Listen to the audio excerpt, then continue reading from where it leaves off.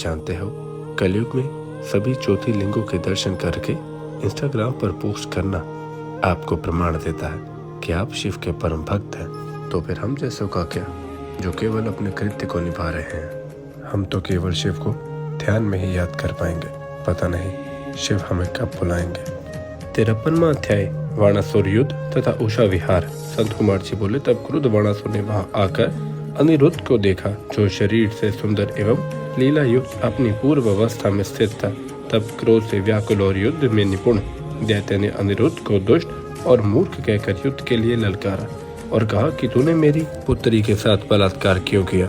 उसने अपनी 10,000 सेना को आज्ञा दे दी कि इसे युद्ध में परास्त कर मेरे पास बांध लाओ।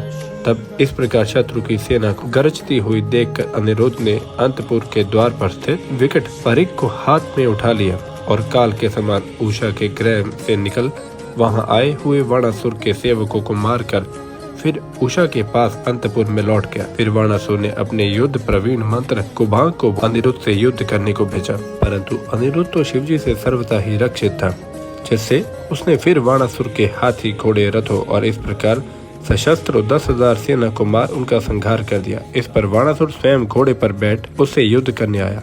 कपट युद्ध किया, कभी कपट और कभी गुप्त हो युद्ध करने लगा। अनिरुद्ध आश्चर्य में पड़ गया।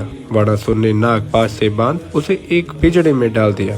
फिर क्रुद्ध हो अपनी सारथी से उसका सिर काटने को कहा। उसने कहा, इसने मेरे कुल को दूषित किया है, इसके इस बलात्कार का यही फल इसे दो। तब आकाश से ये वाणी हुई कि हे वाणासुर, तुम शिव भक्त हो, तुम्हें इस प्रकार का क्रोध न करना चाहिए।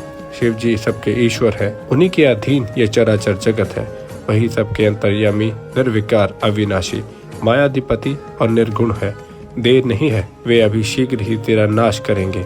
यह आकाशवाणी सुन वाणासुर ने अनिरुद्ध को नहीं मारा और अंतःपुर में जाकर उत्तमोत्तम मद पान कर अनिरुद्ध को बंद कर दिया। फिर प्रिय के बिना अतृप्त चित्त वाले अनिरुद्ध ने देवी दुर्गा का स्मरण किया। अनिरुद्ध की स्तुति सुन चतुर्दशी की उस गाढ़ी रात्रि में श्री काली जी ने प्रकट हो उसके पिंजड़े को तोड़ दिया। अनिरुद्ध शिव शक्ति से छूट बाणासुर की कन्या के पास गया। वहां पानीय पदार्थों का पान कर सुखी हुआ। फिर लाल लाल नेत्र किए बाणासुर की कन्या के साथ पहले सा विहार किया।